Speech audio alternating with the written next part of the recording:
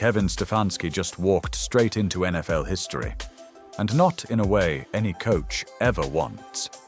After weeks of unrelenting pressure from Browns owner Jimmy Haslam, sources confirm Stefanski was given a brutal ultimatum: choose between his job or Shedeur Sanders.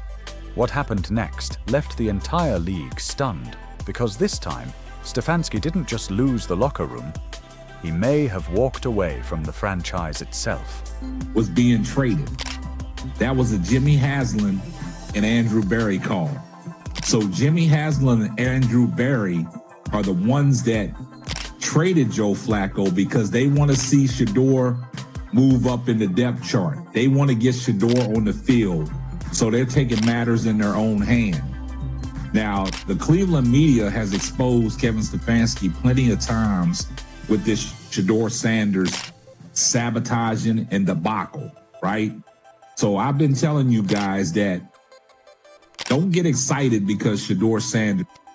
Before we dive deeper, hit that subscribe button so you don't miss a second of this unfolding QB drama.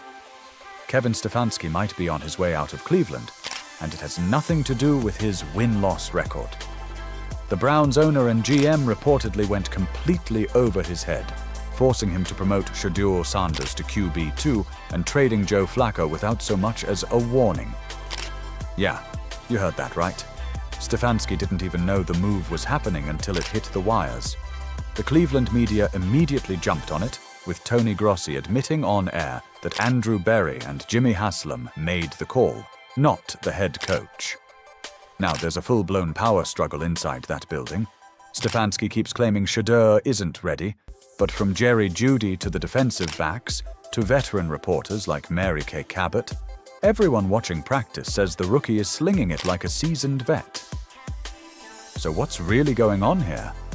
Is Stefanski protecting Dylan Gabriel, or hiding something deeper about Shedeur Sanders that he won't admit? Thing made this decision? Was it a collective or was it AB called pulling rank?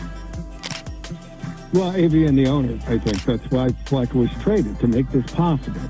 Now, I won't say Kevin doesn't like Shedeur. I don't think Kevin believes Shedeur is ready, even for the number 2 role. Okay, it's not that he doesn't like him. He's a coach, and he sees everything through a quarterback lens, and he just doesn't believe he's ready. So for that reason, I don't think it was his decision, but he goes with the flow. And this is the reason Flacco was traded, to make this possible, and it was inevitable that Shedeur would be moved up to. There you have it, man. Once again, Tony Grossi is always making an excuse for Kevin Stefanski. He said he's a head coach and he sees through a quarterback lens. I beg to differ, man. He's a head coach, 2-time NFL Coach of the Year, but he's not a talent evaluator of the quarterback position. Because if he was, Joe Flacco. We need to talk about what's really happening in Cleveland right now, because this isn't just about football anymore. This is about power, control, and whether a 2-time Coach of the Year is about to lose his job for refusing to start the franchise quarterback that ownership handpicked. A Cabot has now came out and said, man, watching Shedeur Sanders in practice and the way he throws that ball, he just throws a perfect ball. He has great ball placement. Now you heard what all the players are saying about Shedeur Sanders, because now he's getting the opportunity to get reps and throwing the ball to the number 1 receivers. Jerry Jeudy said he probably throws one of the best balls in the NFL. You heard what the defensive backs are saying now. They saying that Shedeur Sanders is out there slinging that thing. Shedeur Sanders has a lot of, tight spiral and ball placement when he's throwing that ball. So a lot of people. And before you think this is being exaggerated, here are the cold facts the Cleveland media just exposed. Kevin Stefanski literally woke up one morning to find out Joe Flacco had been traded. Not from Andrew Berry, not from Jimmy Haslam. On a Wednesday night, how difficult is that, and what have you seen from Tyson since he's been here? Yeah, happen late at night, like you mentioned. So you want to make sure you talk to a bunch of the guys. I didn't get a chance to talk to Greg until that next morning. But yeah, the guys, I think Coach Schwartz summed it up very well. I mean, these are tough because you get so close to your teammates and that type of thing. But we're excited about Tyson coming in here. He's a really good football player. He fits in really well culturally, personally, and I think schematically. This is a really good football player that we're excited to have. Excited that Shedeur is ready to be your number 2 quarterback for this game? Yeah, Shedeur will be the backup. He found out the same way we did, through reports. Think about that for a second. Your starting quarterback gets traded, and no one in the front office even gives you a heads up. That's not... Do you anticipate him starting for you? Yeah, continues to do better and better. Has a very good understanding, like I told you guys last week, just what we're doing schematically.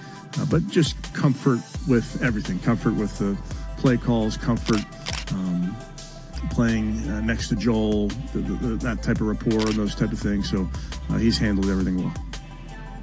Things that you've seen from Shedeur just even over the last couple of weeks as he's continued to come up the learning curve, just from a mental standpoint and physical standpoint? I just tell you, Mary Kay, all of our young players work really hard in this building, utilizing all the resources that we have to improve every single day. So I think that's true of this rookie class, second-year guys, third-year guys. I think all of them are doing everything in their power to get up to speed. And like I've told you guys with rookies, there's a learning curve. There's things that you're going to pick up over the course of time. I think all of our guys have done a nice job of really incrementally getting better, certainly with the process of an NFL season, the process of a week, what those type of things look like. Interview 5. That's not how stable organizations operate. That's what happens when ownership no longer trusts you. And here's where it gets even more shocking. The moment Flacco was gone, Shedeur Sanders was promoted to QB 2. Coincidence? Not even close. Haslam and Berry orchestrated the entire move to push Shedeur one step closer to the starting job, completely bypassing Stefanski's authority. They didn't consult him, didn't ask his input, they just did it and left him to deal with the fallout. Now, rewind to draft night. Everyone inside that building knew the plan. You don't spend a first-round pick on a quarterback unless you believe he's your future. You don't invest that kind of capital unless the goal is to build around him.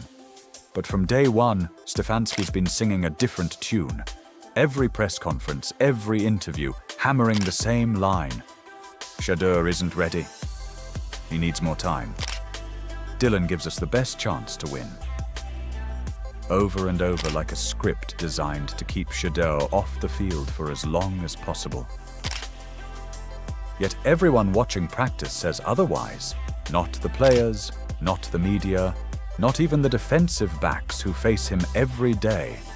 Mary Kay Cabot, who's seen every Browns quarterback from Bernie Kosar to Baker Mayfield, called Shedeur's ball placement perfect. That's not some hot take. That's a respected voice saying he looks like a pro already. Jerry Jeudy, who's caught passes from Russell Wilson and Teddy Bridgewater, said Shedeur throws one of the best balls I've ever seen. Not one of the best rookie throws, one of the best, period. The defensive backs say his precision and velocity are elite.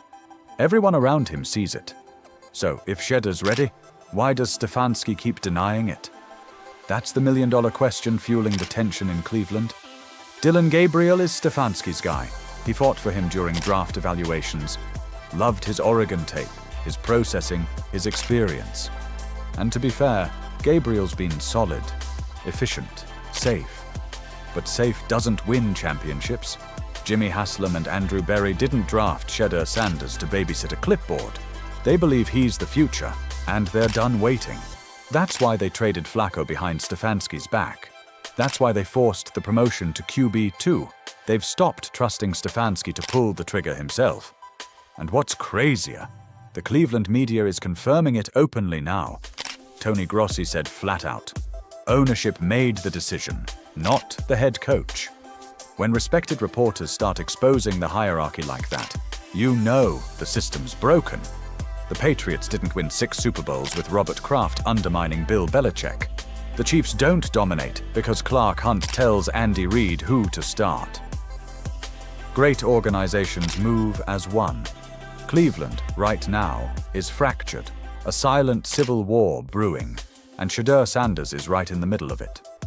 Now, here's where I need you to really pay attention, because this is where the story takes a sharp turn. Kevin Stefanski isn't just some stubborn coach blocking a rookie for no reason. He's a two-time NFL Coach of the Year, respected for his offensive mind and player development. So why would a guy like that hold back a talent like Shedeur Sanders? Some believe it's ego, that Stefanski can't admit he was wrong about Dillon Gabriel after pushing for him so hard during draft season. Others think it's job security. If Shedeur starts and struggles, Stefanski gets blamed. If Shedeur starts and shines, ownership gets credit and Stefanski looks obsolete. But there's a third angle, one nobody's talking about, and it might be the real truth. What if Stefanski genuinely believes throwing Shedeur in too early could ruin him? History is full of young quarterbacks destroyed by early exposure. David Carr, Tim Couch, Sam Darnold, all victims of being rushed before they were ready. Maybe Stefanski's trying to protect Shedeur from that same fate. The problem? No one believes that's his real motive. He's vague about what Shedeur supposedly lacks, never specifying weaknesses, never citing actual flaws, and that's making everyone suspicious. Reports from insiders like Ian Rappaport say the Browns fully expect Shedeur to take over by season's end, and once he does, they don't expect him to give that job back, which means ownership has already decided the direction. Stefanski is just delaying the inevitable.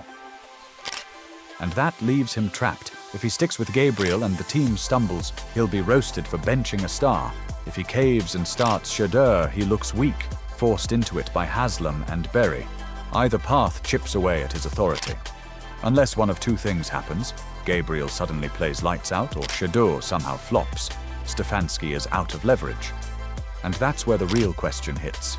Could Kevin Stefanski actually walk away? Think about it. If ownership's making personnel moves behind his back, if they've stripped his control and humiliated him publicly, why stay? Coaches have quit over less. He could frame it as philosophical differences, walk away with dignity, and probably land another job next year. But here's where the story flips. Because what if everything we think we know is wrong? What if the real reason Stefanski resists Shedeur isn't fear, but philosophy? His entire system is built on precision and control. Short passes, timing routes, low risk, maximum predictability. It's the same formula that made Baker Mayfield look competent and turned Joe Flacco into a serviceable veteran. Dillon Gabriel fits that mold, a safe, controlled passer who executes the system. Shedeur Sanders is the opposite, electric, fearless, a gunslinger who believes every throw is possible. That confidence makes him special and terrifying to a control-obsessed coach. And then there's the unspoken factor. Shedeur's last name. Being Deion Sanders' son means constant cameras, controversy, and pressure. Stefanski's a quiet, process-first guy who hates distractions. Coaching Shedeur means inheriting Deion's spotlight. And Stefanski doesn't want that circus in Cleveland. But like it or not, that's part of the deal. Your job as a head coach is to play your best player, no matter what noise comes with it. And right now, Shedeur Sanders gives the Browns their best shot at greatness. What's incredible is how Shedeur himself is handling it all. No whining, no media outbursts, no drama from Deion. Just hard work, discipline, and quiet professionalism. Every day he shows up, prepares, and proves he's ready whenever his number is called. That's the mark of a true franchise QB. Players see it. That's why Jerry Jeudy praises him unprompted. That's why defensive backs are saying he looks unstoppable. The locker room knows Shedeur's the real deal. And when the players start backing a rookie over the coach's decision, the writing's on the wall. The tension is boiling and the Browns are heading toward a breaking point. There are only 3 outcomes left. Option 1, Stefanski digs in, keeps Gabriel as starter, and hopes wins save his job. But if the Browns stumble, he's done. Option 2, he gives in, names Shedeur the starter, and spins it as earned through hard work, salvaging some respect. Option 3, he's had enough and resigns, claiming ownership interference.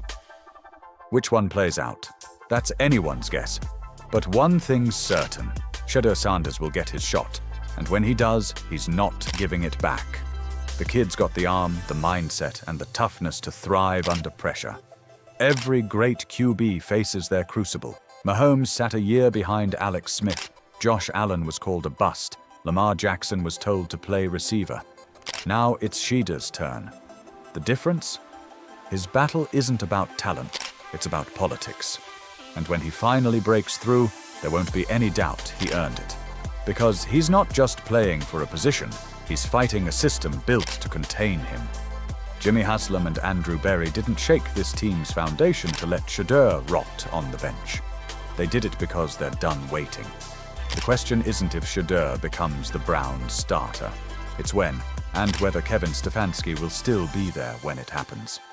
The Cleveland Browns are standing at a crossroads, and this decision will define the next decade of their franchise. Stick with Stefanski's caution and mediocrity, or unleash Shedeur Sanders and chase greatness. And me? I think Shedeur's moment is coming sooner than anyone realizes. This kid's been doubted his entire life, and every single time, he's answered the same way, by proving people wrong. Cleveland is about to find out what Colorado already knows. Shedeur Sanders isn't just ready. He is the moment.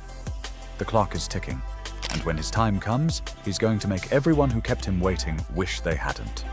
So don't skip a single second of this video. And if this story touches your heart, give it a like, subscribe to the channel, and let us know in the comments. Where are you watching from? Let's begin.